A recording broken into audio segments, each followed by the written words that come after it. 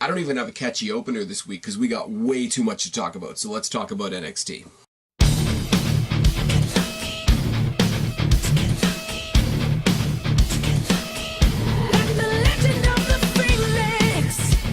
What's going on, everybody? It's your buddy, it's pal Spaz Phoenix, the YWC Reality Check, here with your Halloween NXT review. Gonna do the house cleaning as we always do. Really only want to hit on 3 quick points. Number 1, there is no NXT UK review tonight. Various other things on my plate other than YouTube.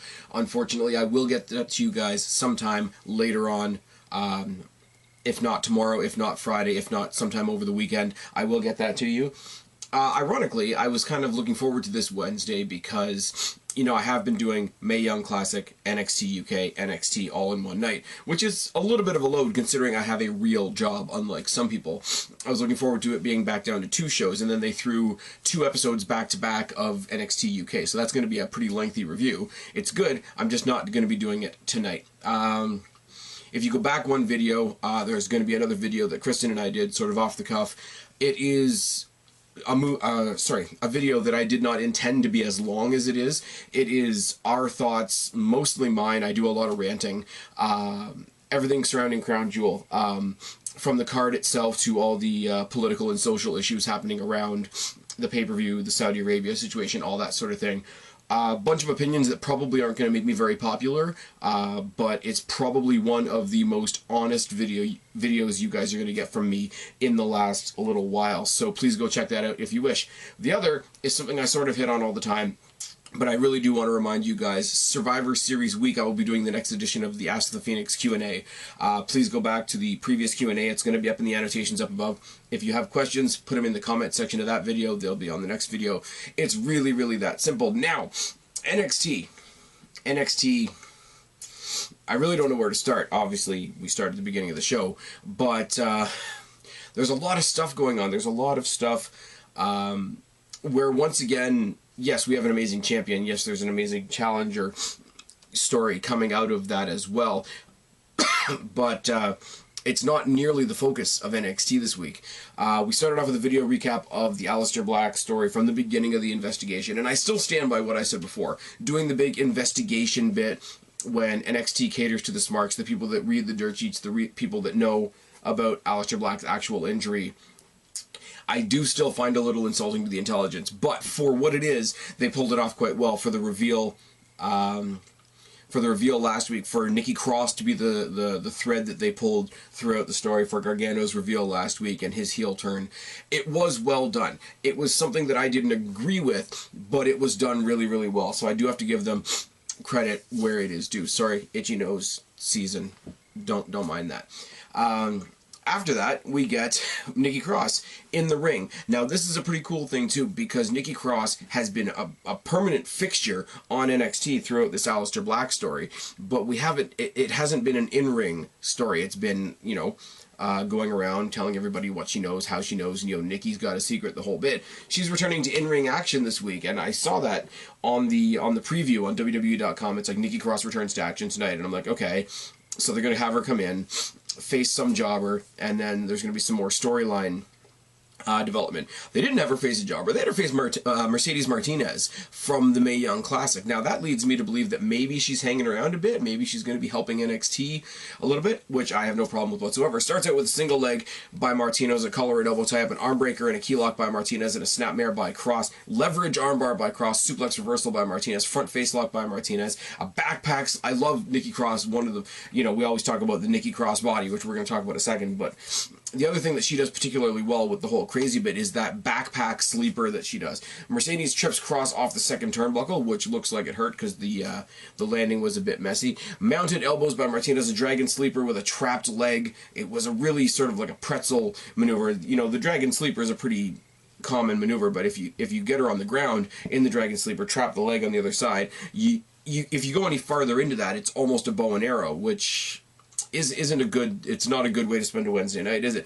Both women trade forearms, and there's a corner splash by Nikki Cross. Bulldog by Cross, Nikki Cross body off the top rope, where she gets busted open. Not only does she get busted open, a little bit of a bloody nose, almost immediately she smears it all the way down the one side of her face. You know, the old cliche, it kind of looks like war paint, it's the crimson mask, whatever you want to say. Just the visual of it was fucking fantastic. I might use it as the graphic for this video if I can find a good one. Spinebuster by Martinez and a side suplex twice. German suplex by Martinez and a high knee. Neckbreaker by Cross. Jawbreaker by Cross. DDT by Cross, and she finally, after a couple of attempts, hits the Purge, which is not only a great move, but it's a great movie. 4 of them, actually.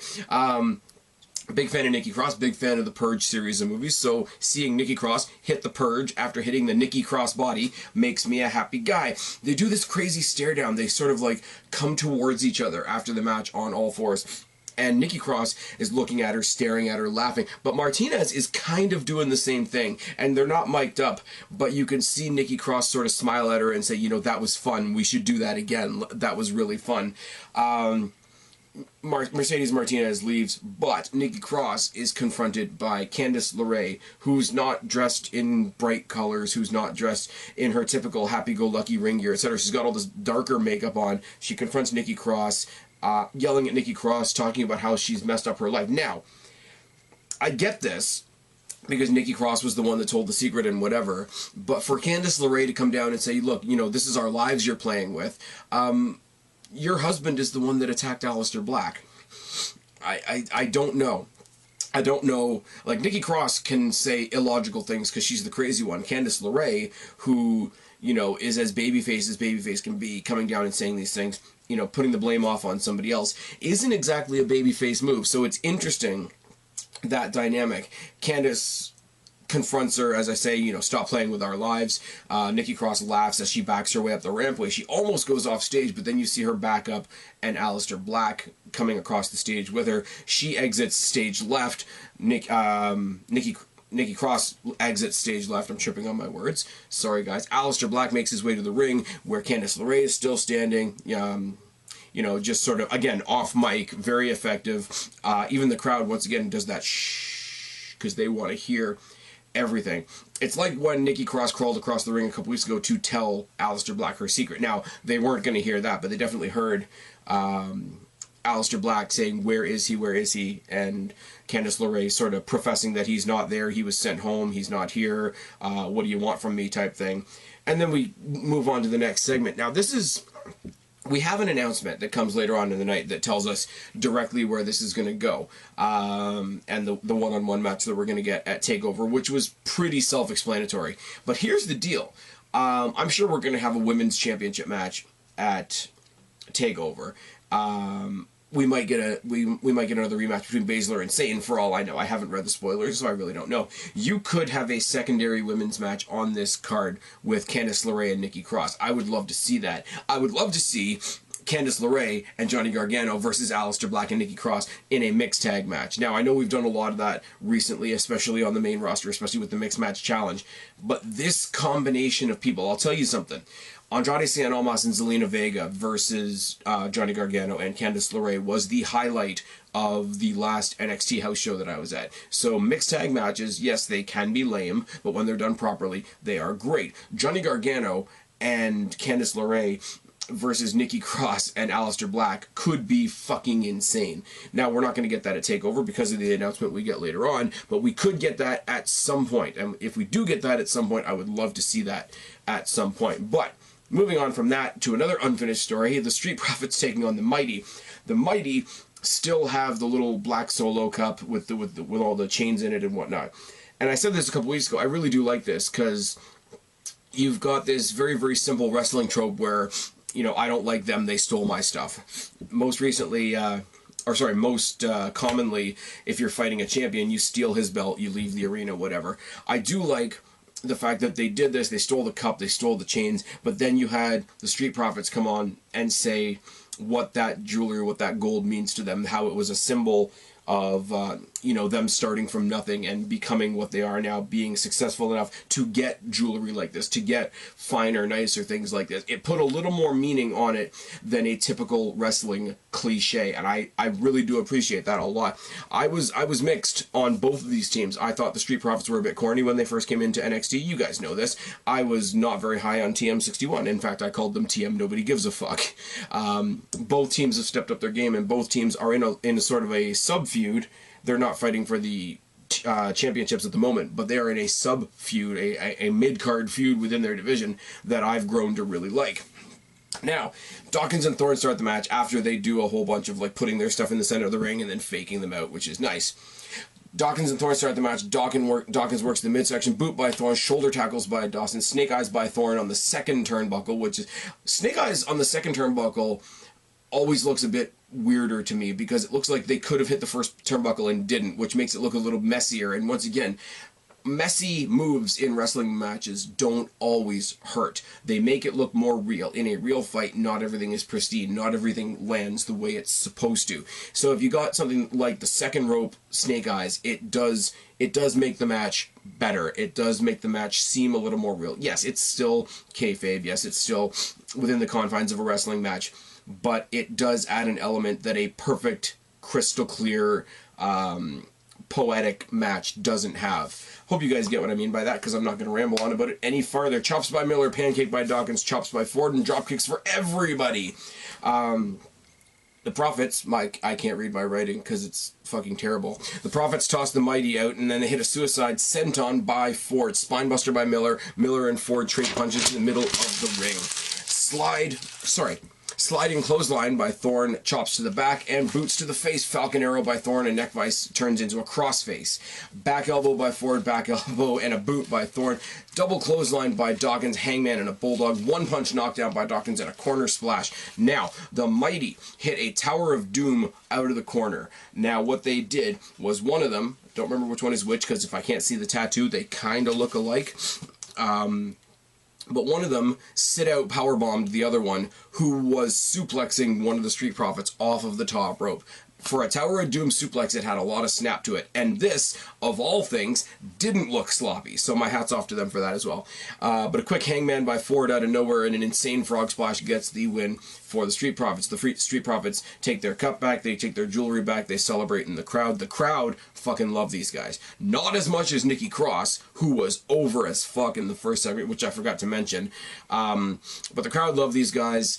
The rumor that's been going around that these guys are going to be joining up with the New Day when they go to the main roster is really problematic, and I hate that word. That's a snowflake buzzword that I really don't like to use, but I could see that being a problem for WWE if they decide to go that way. We go to William Regal backstage, who gets to finish the announcement he didn't get to make last week, that in fact Tommaso Ciampa versus Velveteen Dream is your NXT title match at TakeOver WarGames. He's confronted by Black. He tells Black the same thing that Candice LeRae told Black. Gargano's not here. He was sent home, you know, till we can get all this sorted out. But he says, if you want to get your pound of flesh, you're going to get it at WarGames. He announces Gargano versus Black at WarGames. Aleister Black says his future in this company is going to fade to black, which is good. We got Luke Menzies, who we've seen a couple of times, who's there to make other people look good, versus the debuting Matt Riddle. And let me just say, first of all, my reaction to seeing this guy when he came out was what the fuck. Second of all, I heard that he doesn't wear wrestling boots, so I wasn't surprised by that. I was surprised by him coming out in flip-flops, because that's a thing. His music, his persona, the way the vibe that he brought with him when he came down to the ring, before he even stepped foot in the ring, I already wanted to punch this guy in the face. I'm not gonna lie. I guess that's the deal. I guess he's another sort of guy that you want to punch in the face. You guys know me, I don't follow other things. Definitely don't follow MMA. But the match itself was great, not only for Matt Riddle, who's making his debut, but for Luke Menzies, who was there to get jobbed out, but didn't really look like a jobber. We got a single leg by Riddle, gut wrench by Menzies, a test of strength, a monkey flip into an armbar by Riddle. The monkey flip into the armbar was one of the most fluid things I've seen in a long time. So, as much as I want to punch this guy in the face, I'm also immediately impressed by what I see in the ring. Headlock by Menzies and a takedown, a series of kicks and a forearm by RIDDLE and a toss by Menzies, mudhole stomp by Menzies, a snapmare and a headlock with a forearm to the face in the headlock, forearm to the face, in the headlock, forearm to the face. Nice little sort of, I'm going to work you down, but I'm also going to assault your face. It was really, really good. Standing senton, a running kick and a running knee by RIDDLE, modified headlock body scissor thing for the win. Now, what's his name? Nigel McGuinness on commentary called this thing the bro mission. Now, I'm going to try and explain this to you once again. He had him in a body scissor, he had him in a headlock, but he also had him twisted to the side like an abdominal stretch. If this move is legitimately called the bro mission, I refuse. I'm going to be saying Matt Riddle won the match with his move. Bro mission. No. All the bro shit, I get that it's probably his thing from somewhere else. I get that it's his thing from another company or when he was in MMA or whatever. In the context of WWE, it makes me immediately imagine this guy tag teaming with Zack Ryder, which isn't something you want to do because Zack Ryder, yeah, he won the Intercontinental Championship at WrestleMania, but where is he now? He's got an action figure podcast with Kurt Hawkins. Yeah. All that aside, it's another Bianca Belair situation. The gimmick is a little troublesome on first glance. In the ring, impressed with what I saw. Impressed with what I saw from Luke Menzies, for what it's worth. It's all good. We replay Shayna Baszler winning the NXT Women's Championship back from Kairi Sane at Evolution. Evolution was a great show, by the way. If you want my Cole's Notes review on it, we're probably not going to do an aftermath video for Evolution, but I think the result of the Battle Royal was really political. I think the result of the 6-woman tag was hella political. The other 5 matches were fucking fantastic. Charlotte and Becky Lynch should have been the main event, I will say that. They should be main eventing an actual pay-per-view, not just a little, hey, let's give the ladies a pay-per-view. That's just my opinion.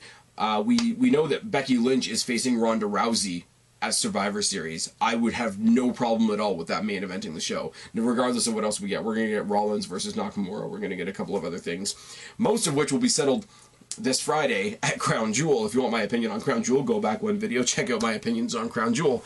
I will say one thing on the topic of Evolution. I get why everybody hated the Ronda Rousey Nikki Bella thing. You got Nikki Bella, who's overstayed her welcome and isn't as good as some of the other people there. You got Ronda Rousey, who just got here and is still kind of in celebrity mode. I defy anybody to tell me that, and I'm not coming up here to be an apologist. I defy anybody to tell me that Nikki Bella did not do better in that match than you thought she was going to do. Not that she was fantastic. Not that it was a 10 out of 10. It might have been a 4 or a 5.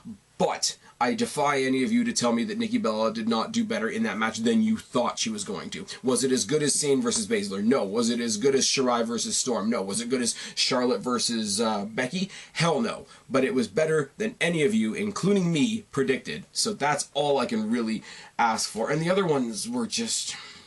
The 6th person, it was just feeding the psychotic Sasha Banks fans. The Nia Jax winning the Battle Royal touches on all kinds of troubling things that I really don't want to get into at this particular point. And the nostalgia match that started off the whole show with Trish and Lita, I don't know what to say because people are going to crap on that match and I just can't. Went on a hell of a tangent there. We saw Baszler getting her title back from Sane. Sorry about that. Just went right off into the distance that way, didn't I? Kairi Sane, Shayna Baszler, their match at Evolution. We see Shayna Baszler in the back reiterating what she said after she lost her title, that Kairi Sane didn't win, she just lost, which in itself doesn't make sense. And then they had Kairi Sane in the background sort of screaming at Baszler as she's carried away, as she can barely walk. Now, I get what they were trying to do. They wanted to portray her as the fighting ex-champion. She's still got some fight in her. She's full of rage. She was wronged by Jessamine Duke and Marina Shafir. I get it. The way they presented this, I don't know whether it was the way it was shot, whether it was the way the referee that was walking with her was speaking to her. This little 1-minute segment made Kairi Sane look pathetic. So whatever they were trying to do, I think they failed on this one. It's NXT. I'm giving them the benefit of the doubt because they deserve it. But it didn't work in this case, and it made Kairi Sane look really bad, in my opinion. You know what doesn't look bad? Oney Lorcan and Danny Burch taking on Carilla and Mendoza. Now, Carilla and Mendoza, I thought were sent out there to be jobbers for Lorcan and Burch, but they really weren't. This match, I will fully admit, was faster than I could take notes on, so I've only got sort of the Cole's Notes version of this one. Head scissor by Mendoza, axe handle by Carilla. Lorcan and Burch work the arm of Carrillo together. They're on either side of the guy, and they've each got his arm in sort of an upward key lock, which was a nice little spot. Tandem suicide dives by Carilla and Mendoza. Carilla's moonsault is met by a mule kick by Lorcan. Lorcan is on his back. Carilla goes to do a moonsault, and he mule kicks straight up into him and launches him across the ring. Nice, beautiful spot. Corner uppercut by Lorcan, double drop kick by Mendoza. Corner hip toss by Burch, double inverted DDT. I love that finishing maneuver. Burch and Lorcan get the obvious win. Burch and Lorcan, I will say it again, get the obvious win, but Carilla and Mendoza, if these guys are going to be a team going forward, they're going to be a team to watch. Lorcan and Burch are getting the push right now. Burch is sort of pulling double duty, also appearing in NXT UK, so they're going to get the win here. But this was a way better match than I thought it was going to be when it was announced. So hats off to all four guys. Undisputed Era, Adam Cole and Bobby Fish versus the War Raiders. Basically never happened. Undisputed Era are cutting one of their promos in the back, leaning on that one piece of infrastructure that they always lean on when they're cutting their promos, I guess because it kind of frames them, like frames the four of them.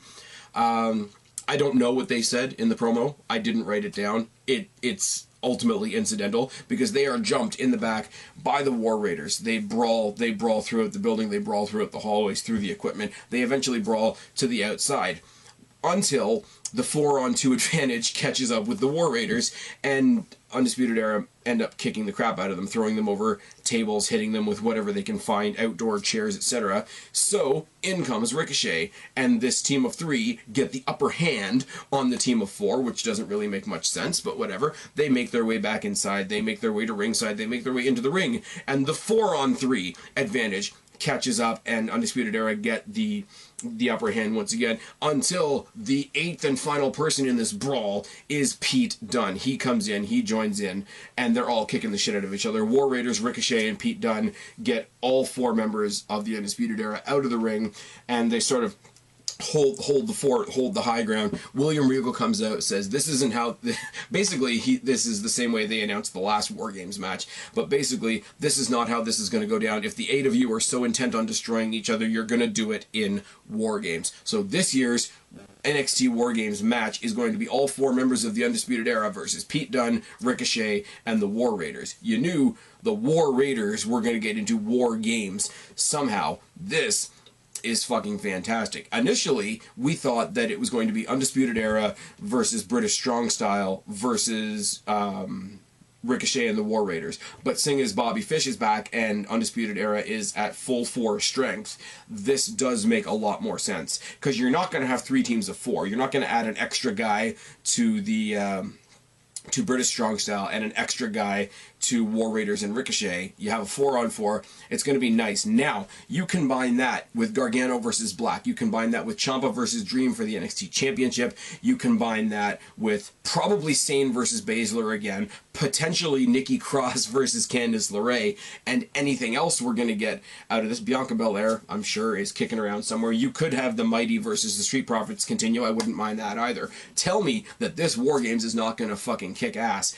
Not only that, this particular WarGames is coming on the night before we see Becky Lynch versus Ronda Rousey at Survivor Series, potentially main eventing. What else can I say? What else can I ramble? This was an excellent week of development. This was an excellent week of NXT. And I'm sorry, despite all the concrete developments we got for War Raiders, or for WarGames Takeover in this week's episode, the highlight for me is still my girl Nikki Cross. And if you don't like that, I don't really know what to tell you. I'm Spaz, your reality check. Subscribe up there, talk down there, start a conversation, keep all these conversations going. Don't be a stranger. I will talk to each and every last one of you later, but for right now, tagging out. Bye, guys. They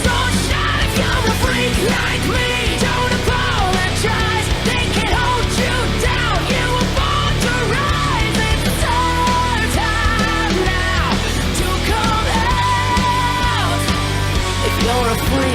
like me.